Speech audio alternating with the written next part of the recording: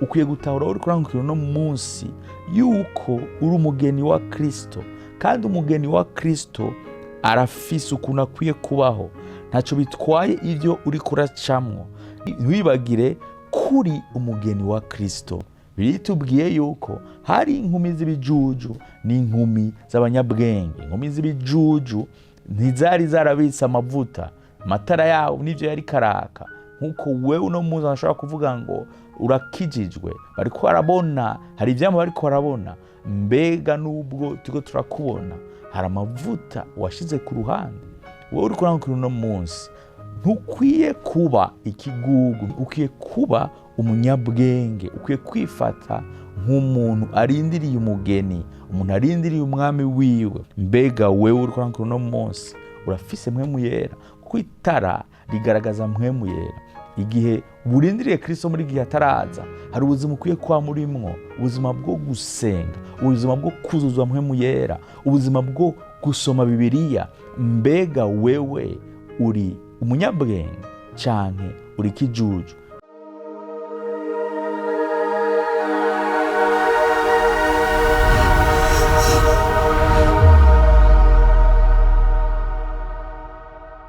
Ndabaye ikaze mu kiganiro cy'amasengesho musubizo na mwene so Habimana Jibril. Uno munsi manase mutima jambo rivuga ngo tube abanyabwenge. Nk'abakristo turakwiye kuba abanyabwenge, ntitugende nk'ibijuju, ntitugende nk'abantu bimbura bwenge, ariko tugiye kugenda nk'abantu bafise ubwenge. Uno munsi tuzavugana muri Matayo 25 guhera ku murongo wa mbere gushaka ku murongo wa 13. Bibiliya itubwira inkuru y'inkumi 5 z'abanyabwenge na 5 z'ibijuju. Wowe uri kurangukira no mugiye gutahura yuko ico Imana kiraguhamagara rifuza kuba umunyabwenge. Nyuma dusome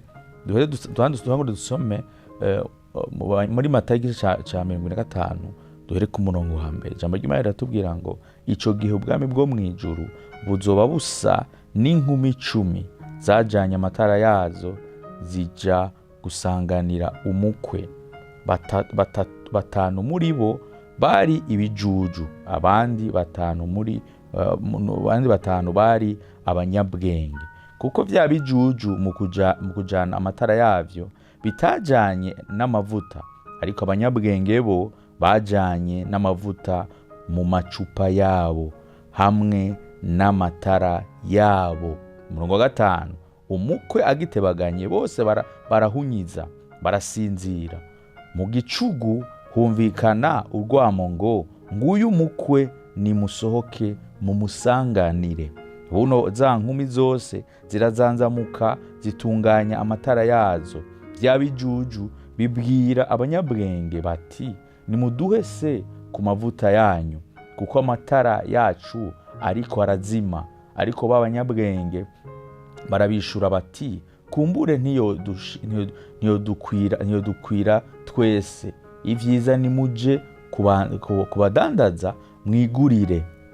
Bakigiye kugura umukwe arashika, abiteguye binjirana nawe mu bukwe, urugi rurugagwa. Mu nyuma za zindi nkumi nazo ziraza ziti mwami nutwugururire. Nawe arabishura ati ndababwira ukuri sindabazi, kuko nuko mwame mugavye, kuko mutazi umunsi canke isaha. Ijambo ry'Imana riko ritubwira inkuru y'inkumi 10. Izo nkumi 10 hari ikintu bari bahuriyeko. Izo nkumi 10 zose bari barindiriye umukwe, bari barindiriye umukwe wabo. Izo nkumi 10 bose bari barindiriye umukwe wabo. Kandi ikindi kintu bari bahuriyeko nuko nuko hariho condition ituma bahura n'umukwe. Nivyo bose bateza kuba ari inkumi, nivyo bose bari barindiriye umwami.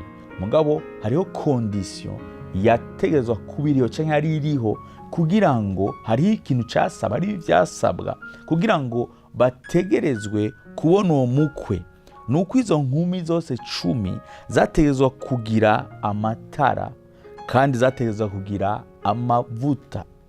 Uriko turasoma muri Bibiliya hari umurongo wa 3 muri Matayo 6:33 itubwira yuko hariho inkumi z'ibijuju zari zifise amatara mugo ntizari zategekanyije amavuta ku ruhande. Abo nibo bita inkumi z'ibijuju. Mugabo hariho n'abandi bari bafise amatara, bari bafise amatara, bari banabitse amavuta. Abo nibo Bibiliya yita inkumi z'abanyabwenge canke abanyabwenge. Wowe uriko urankurikira uno munsi gutahura yuko ubuzima rukristo tugiye kugenda nk'abantu bafise ubwenge, tugiye kugenda nk'imbura bwenge nk'abakristo. Twari dukwiye kwama ukwiye gutahura wowe uriko urankurikira uno munsi yuko uri umugeni wa Kristo, kandi umugeni wa Kristo arafise ukuntu akwiye kubaho.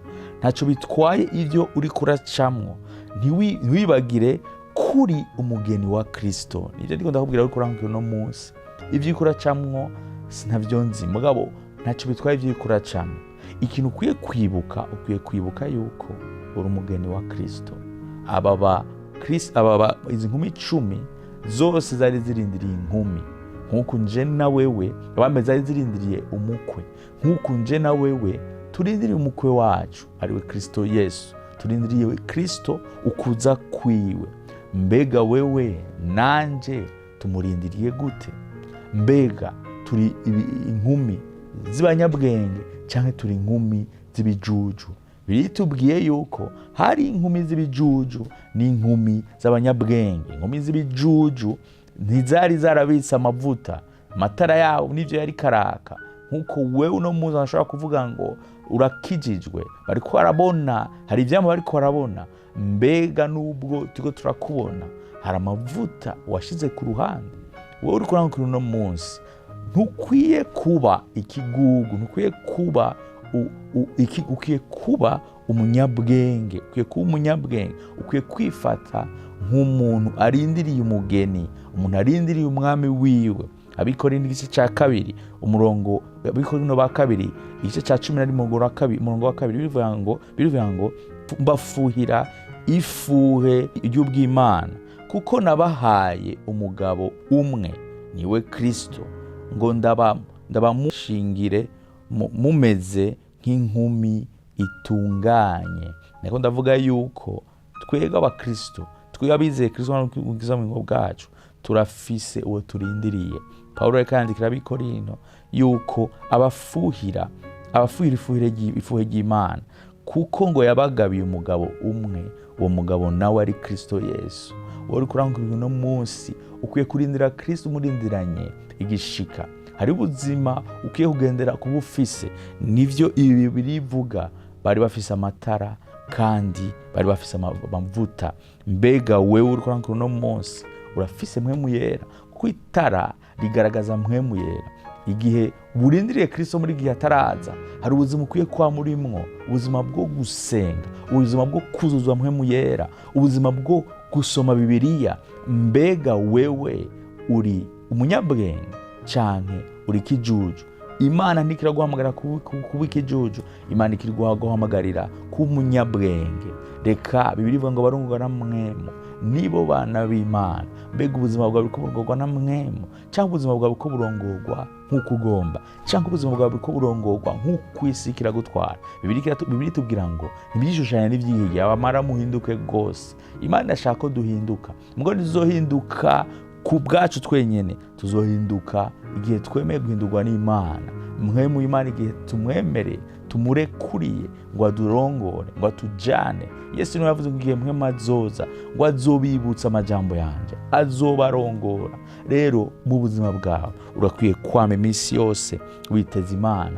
Amavuta nubwo buzima bwawe bw'amasengesho, amavuta nubwo buzima bwawe. Itara ni mpwemu yera. Rero fata ubwo buzima bwawe buzana imbere y'Imana, uhore waka.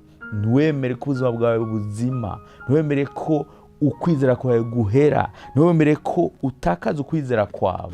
Ntumere nk'izi nkumi z'ibijuju, ariko icyo Imana igomba, irifuza kumera nk'izi nkumi, izi nkumi izi nkumi z'ubunyabwenge n'ibyo bari bafise amatara, mugabo amatara yabo yama arimwo amavuta. Reka ugura amavuta mu gusenga, reka ugura amavuta mu gusoma ijambo ry'Imana, reka ubuzima bwawe, reka usabe Imana ikuze wawe iminsi yose. Niyo ubuzima bwawe ari Kristo, uzoba umeze nk'urindiriye Kristo ukuza kwiwe, umwumvire, wemere ko akujana, wemere ko akurongora, kuko iyi no nkuru iheze ivuga ngo arabishura ati ndababwira ukuri sinigeze ndabamenya. Bose zari inkumi, bose bari barindiriye umwami, mugabo hari barafise amatara n'amavuta, hari barafise amatara mugabo batagira amavuta. Mbega urafise itara ririmo amavuta, urafise itara ririmo amavuta, cyangwa amavuta yawe karahera. Rero uri kuranka uno munsi icyo Imana iraguhamagarira kuba mu buzima bwo gusenga, iraguhamagarira kwegera Imana, iraguhamagarira kwama wuzuye mu Imana, kuko kuzura mu Imana ivyo bizogaragaza by'ukuri igihe Yesu aza gutora abantu bafise amatara arimwo amavuta. Rero ba mu buzima bwo gusenga, ba mu buzima bwo kurimbura ijambo ry'Imana. Vuba araza aheza ku murongo wa 13 avuga ngo nuko mwame mugavye kuko mutazi umunsi n'isaha. Tuko tubaho ubuzima Kristo twiteze kuza ku mwami wacu Yesu Kristo. Rero amatara yacu tuza kuba arimwo amavuta. Ubuzima bwacu bwo gusanguza kwama iminsi yose, ubuzima bwo kujana hamwe mu tuza kwama bumeze neza, tukumvira hamwe mu Imana, tukemerera tujanye, tugasenga, tugasoma Bibiliya, tukaja kwishengero, tugakora ibikorwa vy'Imana. Uri kurangurukira uno munsi n'ivyo Imana ikiraguhamagarira. Mbega uri umunyabwenge canke uri ikijuju? Mugabo Imana ikiraduhamagarira kuba abanyabwenge, tube abanyabwenge. N'ivyo Imana ikiraduhamagarira. Ngo dufate umwanya gusanga muri uno mwanya. Rero ushaka kuba wumviza ivyo ndiko ndavuga uno munsi, bwo kwisanga hari ahantu utari kuraba umunyabwenge vy'ukuri, witwa ko ukijijwe, mwari ubuzima utari kuragenderamwo ubw'Imana igomba, uri kugenda uko ushaka, witwa ko ukijijwe, mwari umuvyaha, witwa ko ukijijwe, mugabo uri mu beshi, witwa ko ukijijwe, uri mu busamba, witwa ko ukijijwe. Umuntu akubonye nta vyama bigaragaza ko ufise mwe mu Imana. Ivyama vyose biko bigaragaza yuko usa nabo mwisi. Rero nagamufata umwanya wo gusenga, usaba Imana imbabazi, uyisabe iguha ubwenge buva kuri yo, iguha ubwenge n'Imana butanga. Igituma ukwiye kuba umunyabwenge nuko ubwenge ari Kristo Yesu. Ukwiye kugira ubwenge kandi ukwiye kuburondera Kristo, ukwiye kumurondera. Imigani 4 umurongo w'indwi biratubwira ngo ikiri imbere ya vyose n'ubwenge, nuko niwironkere ubwenge, mbere ivyo ufise vyose ubihebere ugutahura. Ubuzima bwawe bwose ukwiye ubuhebera mu gutahura ubwo bwenge bw'Imana ari bwo Kristo Yesu. Mu gusenga, mu kurimbura mu ijambo ry'Imana, mu kubirondera mu gusenga, mu kubana n'Imana, niho uzoba umunyabwenge, niho uzoba nk'izo nkumi z'abanyabwenge. Rero reka dufate umwanya wo gusenga. Unubuze ubuzima urimo, nubuze ivyo uri kuragenderamo uno munsi, mugabo Imana ishaka kuba umunyabwenge, ube umunyabwenge. Reka dufate umwanya wo gusenga. Data mbizi ndakwese umuntu akarangurukirana Mwami. Mwami watubwiye ngo tube abanyabwenge Mwami. Si abantu Mwami bagendera mu vyasa, abantu Mwami bitwa ko bakije mugabo bivanga. Mugabo abanyabwenge ni abantu bafise amatara yawo, ni abantu bibuka ko batari bonyene, ko bari kumwe namwe mu yera mu buzima bwabo Mwami, bakemera kurongorwa nawe, bakabana nawe, bakigishwa nawe. Rero data mbizi ndasenga umuntu wese akarangurukirana Mwami ariko agenda nk'uko ijambo ryawe ritavuga Mwami. Ndamusengeye data mwiza, umuhe inkomezi, umurongore, muhe umutima wawe Mwami, mushoboze Mwami, mu izina rya Yesu Kristo Mwami. Ntiwemere Mwami ko akora ivyo agomba, ntiwemere Mwami ko agenda uko agomba, ntiwemere Mwami mwizanje ko yirongora. Ahantu hose umugwanizi yamutwaye akamutwara kure yawe Mwami, ndasenze mu izina rya Yesu Kristo Mwami, amugarure Mwami, amajwi yose Mwami amukurikirana Mwami, amusubize inyuma mwami kutagendana nawe mwami. Ndasenze data mwiza mugarure mwami ibyaha yoba yarakoze mwami. Ndasenze data mwiza umuharire mu izina rya Yesu Kristo. Mwami urakoze data kuba uri kugaruye mwami, uzatameza kuba wiyerekanye mwami. Ndasengeye umuntu wese akarankurikirana mwami, umutima wewe mwami, mwami utari kuri wowe mwami. Ndasenze mwami niginga mwami, umugarure ugarure umutima wewe mwami.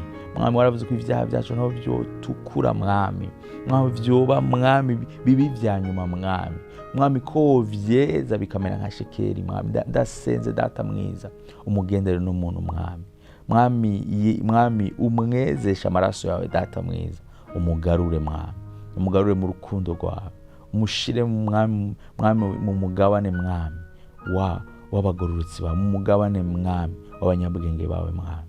Umutima mwami wo kurondera ubwo bwenge gushitsa bubonye mwami, bwo kubugumana nk'inzahabu mwami, kuko ubwenge bwacu ari Kristo mwami.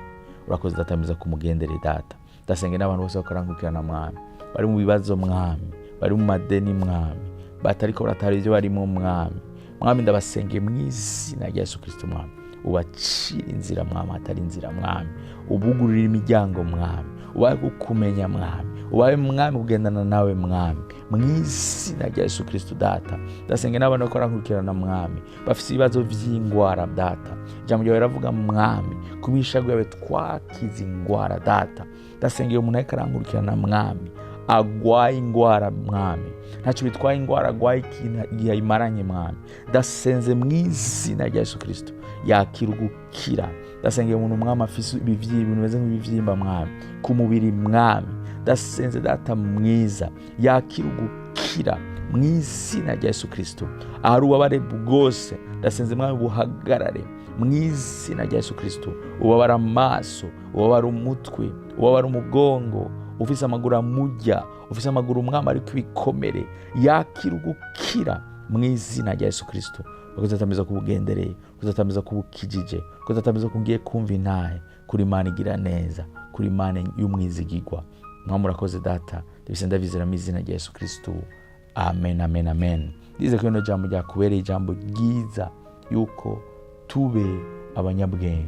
Ndize ko atawe kugiye kuba umunyabwenge, ukwiye kumera nk'izi nkumi z'abanyabwenge. Rero ukabagezwa turabwira amajambo, turasenga.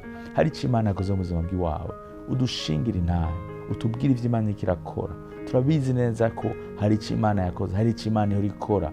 Tumaze kumva intahe abantu batwandikira benshi batubwira ivyo Imana yabakoreye, ivyo Imana yakoze. Rero mutwandikire mu butumwa bwa message kuri WhatsApp cyangwa message isanzwe, mutubwire ivyo Imana ikirakora mu buzima bwanyu, muvuge izina ryanyu, muvuge n'ivyo Imana ikirakora mu buzima bwanyu. Kandi turizere yuko Imana yacu ko ari rikera n'ubu ari kwiri, ari Imana ikiza, Imana ibohora. Rero abakandikira turasenga, wari ufise umutwaro tutasengeye, utwandike izo mezo cha munsi, utwandike iyo mitwaro yanyu. Kandi turizera yuko Imana dusenga ari Imana nzima. Tuzofatana namwe dusenge, kandi turizera ko Imana izocinzira naho butamuka inganzo nk'aya mango. Imana ibane nawe.